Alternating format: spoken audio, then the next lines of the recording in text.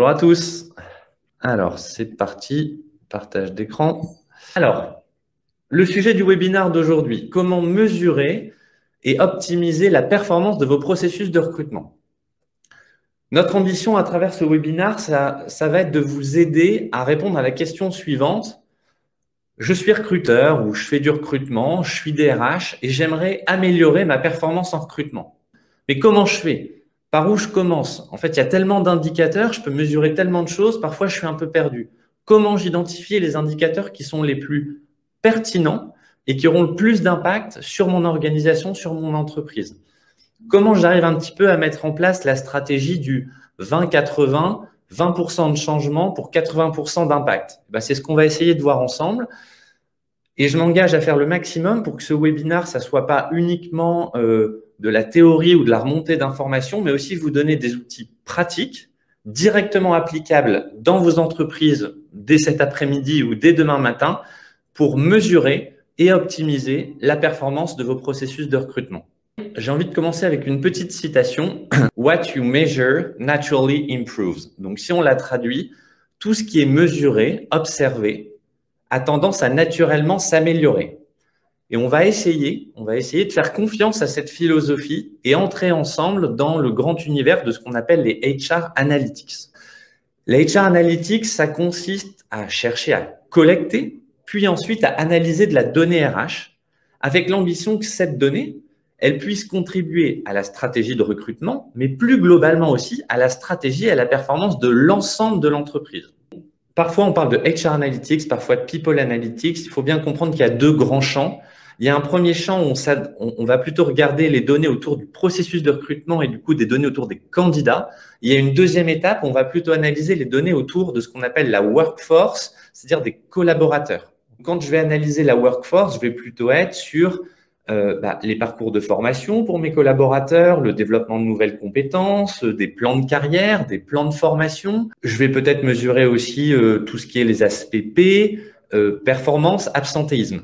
Comme chez Clever Connect, nous, on est des professionnels plutôt de la première étape qui est processus de recrutement. C'est sur ça que je vais me focaliser aujourd'hui. Les données relatives à votre processus de recrutement. On sont dans le sujet. Que mesurer ? Quels sont les indicateurs qu'il faut suivre? Alors, ce que je vous propose pour qu'aussi l'exercice soit un peu interactif, c'est que notre équipe marketing qui suit le webinaire va vous poser un petit questionnaire sur le sujet, d'accord, pour savoir déjà, avant qu'on commence, où est-ce que chacun en est. On a travaillé chez Clever Connect durant 6 mois à un petit peu analyser les processus de recrutement, regarder ce qui avait été fait dans la littérature académique sur le sujet, puis ensuite on a confronté avec un certain nombre de DRH pour essayer d'arriver, d'obtenir un outil directement utilisable. Cet outil, c'est le Talent Acquisition Dashboard, qui présente l'ensemble des 6 enjeux autour desquels s'articule tout processus de recrutement selon nous. Le premier enjeu du Talent Acquisition Dashboard, la productivité, c'est combien de recrutements je suis capable de faire en tant qu'équipe de recruteurs ou par recruteur. Est-ce que je suis capable, sur une période donnée, mettons une année, de faire 5 recrutements, 10 recrutements ou 50? Et cette information-là, elle est déterminante. Elle est déterminante pour mon équipe, pour moi et pour mon organisation. Parce que ça conditionne la réussite du plan de recrutement. C'est-à-dire que si je sais que dans mon équipe, la productivité par recruteur, c'est de 10 recrutements par an, et qu'on est 2 en recrutement, ça veut dire qu'on peut en faire 20 sur l'année. Okay, donc, ça veut dire que si en début d'année, je m'engage à en faire 30, dès le départ, je suis déjà hors du plan, je suis dans le rouge, c'est foutu. Je ne peux pas y arriver. Donc, on ne peut pas bâtir un plan de recrutement si on n'a aucune notion de quelle est notre productivité par recruteur ou par équipe de recrutement. Deuxième indicateur, la vélocité. Alors, c'est pas simple parce qu'on a souvent tendance à confondre ou à mélanger ces deux notions de productivité et vélocité. Pourtant, elles sont certes complémentaires mais différentes. La vélocité, c'est est-ce que je suis capable de faire les recrutements dans le délai que je me suis fixé au budget? Je peux faire mes 15 recrutements dans l'année, mais si chaque recrutement, chaque poste est pourvu avec 1 mois, 2 mois ou 3 mois de retard, c'est quand même un gros problème.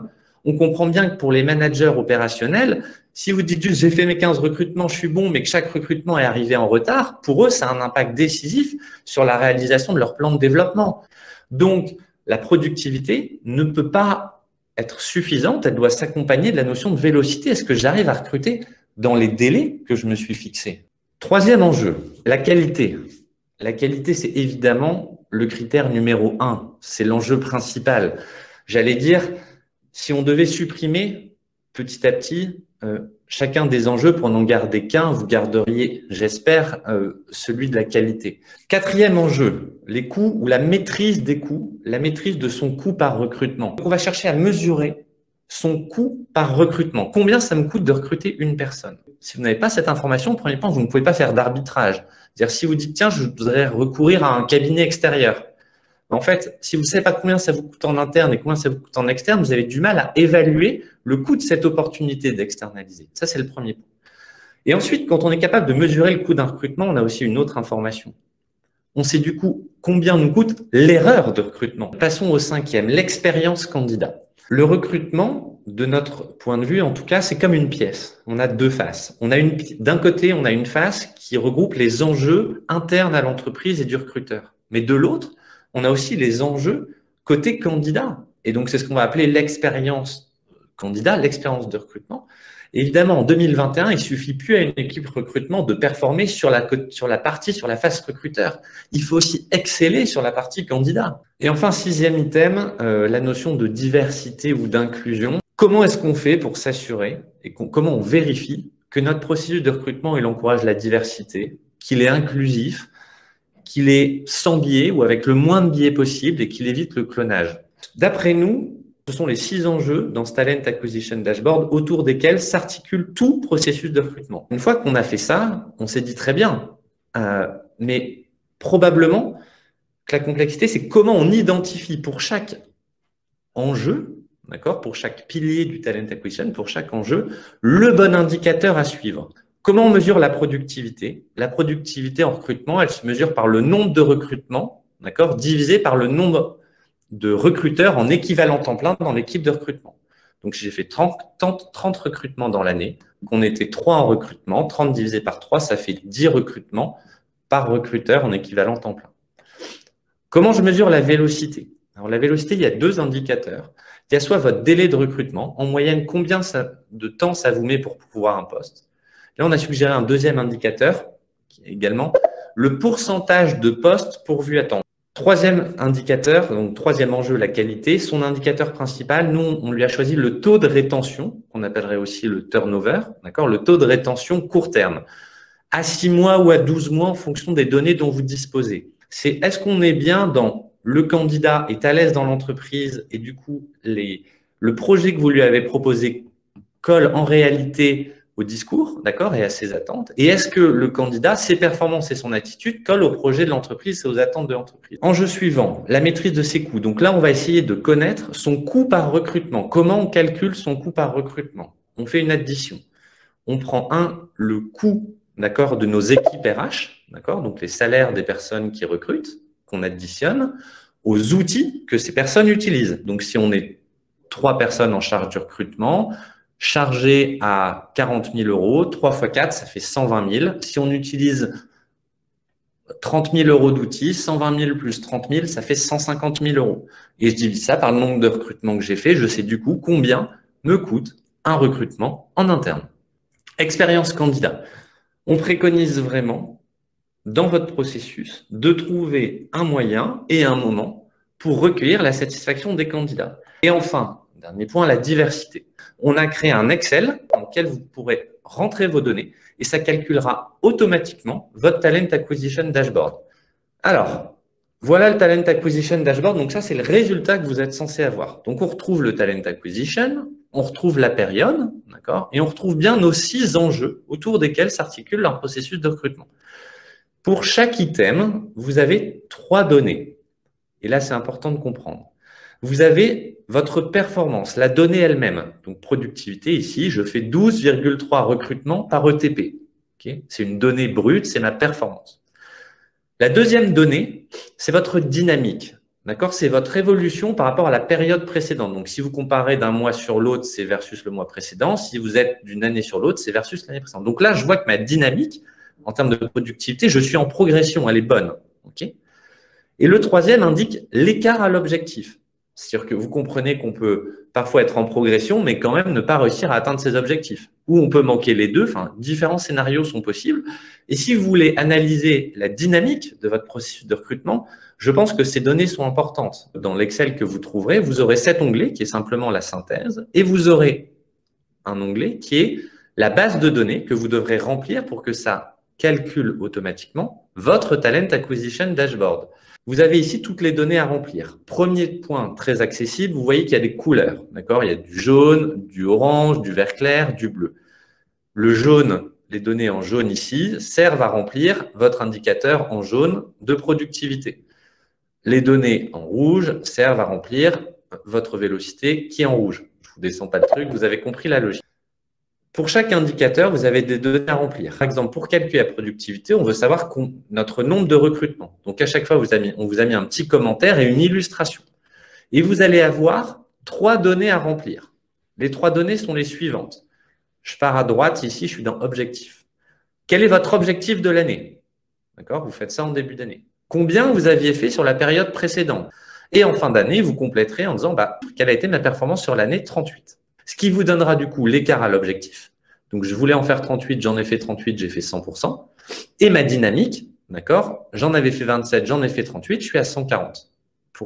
Ensuite, du coup, je vais rentrer le nombre de recruteurs dans mon équipe.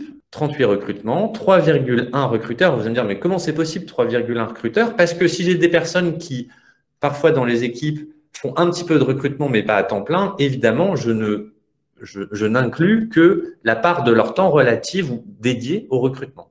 Donc là, 38 recrutements réalisés par 3,1 recruteurs, ça fait 12,3 recrutements par recruteur dans l'année sur la période. Et on retrouve bien ici mon 12,3 recrutements. Vous verrez que sur l'inclusion, on vous a conseillé de choisir 5 indicateurs et d'attribuer pour chacun une auto-évaluation sur 20 afin d'obtenir une note sur 100. Donc, le but, c'est d'avoir un Talent Acquisition Dashboard qui soit complet, que vous puissiez suivre dans le temps.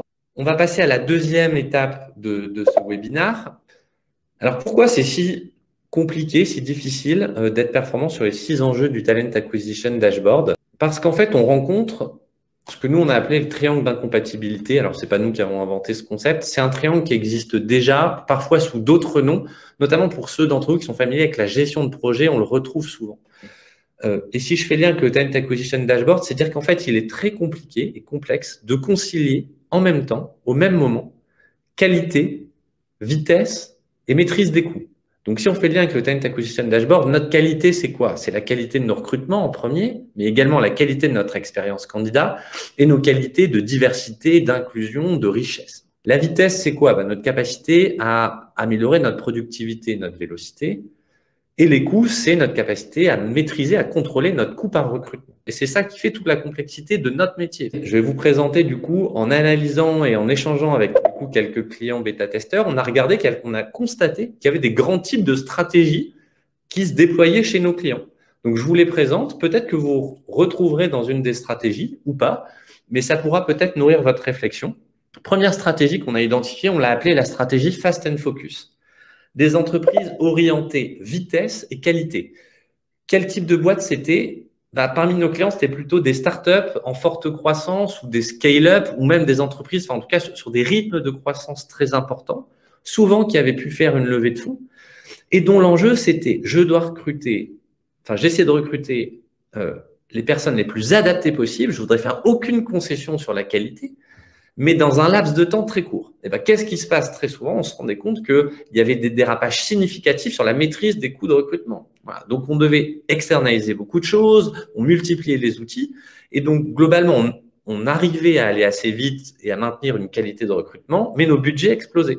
Et donc, ce type d'entreprise nous disait comment je peux faire pour conserver et arriver à ce triangle magique et baisser quand même à moyen terme mes coûts parce que certes, j'ai fait une levée de fonds, mais c'est pas quand même pour ça que j'ai envie de jeter l'argent par les fenêtres. Deuxième type d'approche, l'approche slow and secure. Plutôt des entreprises matures sur leur marché. Alors, il n'y avait pas de taille particulière, ça pouvait être des PME, des ETI ou des entreprises plus importantes qui étaient plutôt en croissance, mais en 2, 3, 5, 10%. Qui cherchaient à être rentables, dont la rentabilité est un objectif important de l'entreprise, et qui disaient, OK, Moi, dans mon recrutement, j'ai bien conscience que j'ai besoin de recruter et d'identifier les bonnes personnes, d'accord? C'est central. Mais il faut le faire en respectant le budget. On n'a pas les moyens de sortir du cadre. On a un cadre budgétaire très strict. Et les équipes en charge du recrutement nous ont dit, en fait, on arrive à maintenir la qualité et maîtriser le budget, mais du coup, ce qui en pâtit en général, c'est notre vitesse de recrutement. Et du coup, ça peut créer des relations conflictuelles ou en tout cas plus difficiles avec les managers parce que justement, on a un impératif, on s'est fixé des objectifs de qualité, on veut maîtriser nos coûts, on n'a pas le choix, mais du coup, c'est compliqué d'être rapide. Comment on fait? Et enfin, dernière approche qu'on a pu constater, c'était plutôt l'approche Fast and Furious, l'approche plutôt orientée vitesse et maîtrise des coûts. Donc là, on était sur des entreprises qui étaient dans l'urgence du style, et on peut rencontrer ça parfois dans l'intérim, en disant, en fait, je suis sur un chantier, il me faut 3 personnes pour demain. J'ai besoin d'un vigile dans mes entrepôts, mon vigile est tombé malade, comment je trouve quelqu'un pour demain? Et du coup, je veux maîtriser mes coûts, mais j'ai besoin de quelqu'un très vite. Et je sais que j'ai un risque en me disant comment je fais sur un laps de temps si court, sans exploser mon budget, pour maintenir quand même la qualité de mes recrutements. Pas simple. D'ailleurs, ça m'intéresse. Je ne sais pas si vous vous retrouvez dans ces 3 stratégies du Fast and Focus, Slow and Secure ou Fast and Furious, mais ça m'intéresserait de savoir déjà ce que vous retrouvez dedans ou pas du tout. On a quand même remarqué que normalement, et ça sera la conclusion, la technologie doit être un moyen de répondre à cette incompatibilité. C'est-à-dire que les investissements technologiques doivent vous permettre, normalement, s'ils sont bien identifiés, bien implémentés, de faire mieux, plus vite et moins cher. Ça doit être l'objectif. Et pour moi, c'est une des solutions. Normalement, si l'outil est performant, il doit vous faire gagner en vitesse, en productivité, en vélocité, de telle sorte que vous pouvez faire plus de recrutement avec la même équipe. Il doit vous permettre d'augmenter vos qualités de recrutement, de telle sorte qu'il y a moins d'erreurs de recrutement, et donc que ça coûte moins, et que du coup, mon coût par recrutement baisse, même si ma dépense dans un outil a peut-être augmenté. Mais il me semble complexe de faire les bons investissements si j'ai pas mon talent acquisition dashboard sous la main, si je sais pas ce que j'ai envie d'améliorer, dans quel laps de temps, comment, pourquoi. Je suis arrivé au bout de, en tout cas, cette présentation. Je vais du coup arrêter mon partage d'écran. Salut tout le monde, très bon après-midi, merci.